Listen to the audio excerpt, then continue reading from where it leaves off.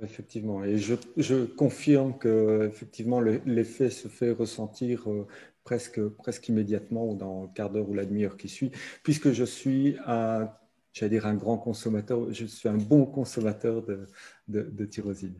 Est-ce que maintenant tu peux nous parler justement de la protection contre le stress métabolique? Pour le sportif, on a une exposition assez importante au stress métabolique. Et on avait dans les années 80 un certain débat concernant la supplémentation en antioxydants, en disant que bon, si on donnait les antioxydants classiques, on allait diminuer la production endogène des antioxydants enzymatiques ou de glutathion par exemple. Ce qu'on a des antioxydants enzymatiques, des antioxydants endogènes et des antioxydants exogènes, par rapport exogène, soit par l'alimentation, par supplémentation ou autre. Notamment ici, je pense à la vitamine C, la vitamine E, ce qu'on a dit sur le coenzyme Q10, l'acide alpha-lipoïque, etc. Les polyphénols aussi.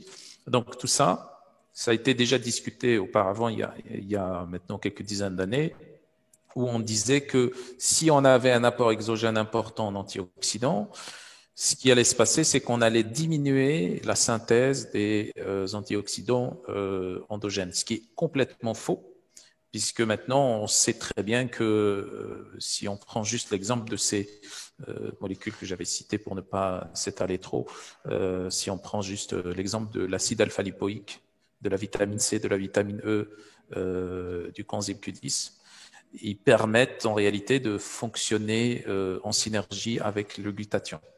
Le glutathion régénère l'acide alpha-lipoïque et régénère tous les autres antioxydants que je viens de citer, vitamine C, vitamine E, coenzyme Q10, et vice-versa.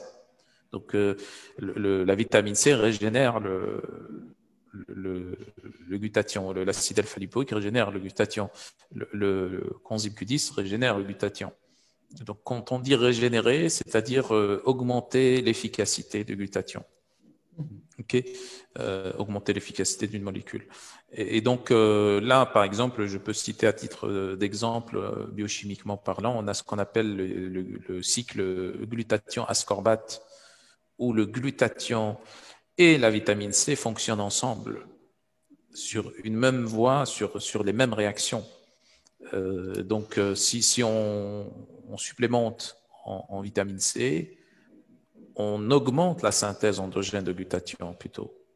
Et par conséquent, on augmente la synthèse endogène des enzymes qui vont régénérer, qui vont travailler sur le glutathion, notamment glutathion réductase, glutathion peroxydase. Donc ça, c'est prouvé maintenant. Donc l'idée ou l'hypothèse selon laquelle, quand on prend des antioxydants, on diminue la synthèse endogène des antioxydants, des antioxydants non enzymatiques plutôt, c'est une idée qui est fausse, qui est ancienne. Donc là, on sait très bien que quand on donne suffisamment de coenzyme Q10, de vitamine C, surtout de polyphénol, les polyphénols sont excellents pour le sportif parce qu'ils ont des effets pléotropes, soit sur l'inflammation, la glycation, le stress, nitrosatif, oxydatif, etc. Donc, si on donne suffisamment, on va pouvoir aussi stimuler la synthèse des antioxydants endogènes.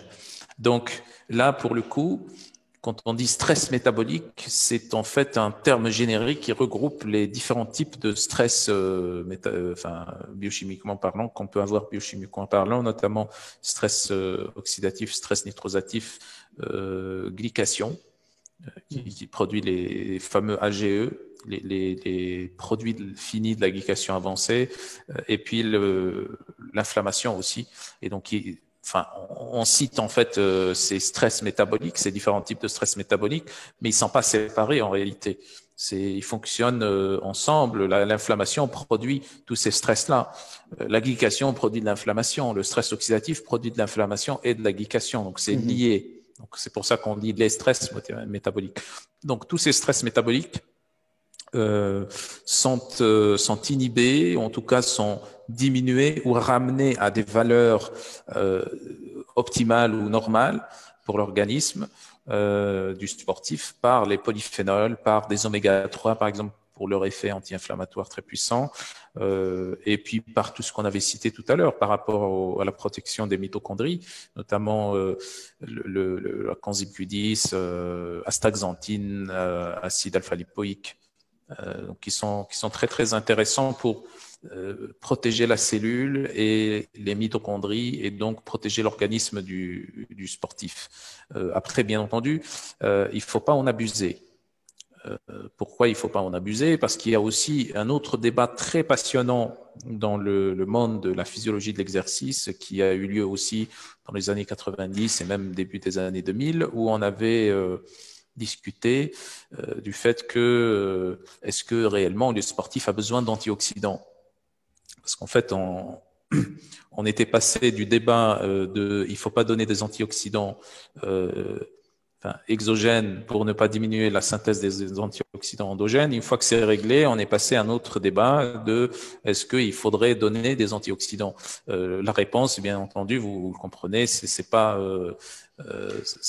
quelque chose qui va se situer dans l'extrême. Soit on ne donne pas du tout, soit on donne énormément.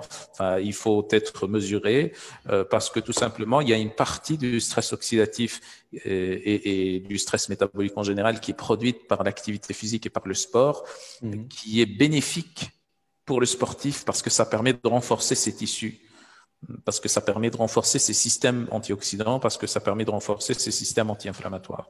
Donc ça, c'est très important à considérer. Il ne faut pas bombarder le sportif avec des antioxydants, bien que le rôle des antioxydants est très important. Donc on pourrait faire des cures, on pourrait penser à 2-3 cures par an d'antioxydants d'une durée d'1 mois, par exemple, qui vont, disons, suivre une phase compétitive trop intense ou un microcycle, ou plutôt beaucoup plus un mésocycle ou un bloc d'entraînement de choc où l'intensité est trop élevée. À ce moment-là, on pourrait proposer, on pourrait planifier une cure d'antioxydants et de protecteurs en général métaboliques. Donc, mais c'est pas quelque chose à prendre tout au long de l'année régulièrement, tous les jours, toutes les semaines, etc. Donc, il faut bien réserver ces compléments ou ces moyens pour des cures, pour des moments du macrocycle ou de la saison sportive où c'est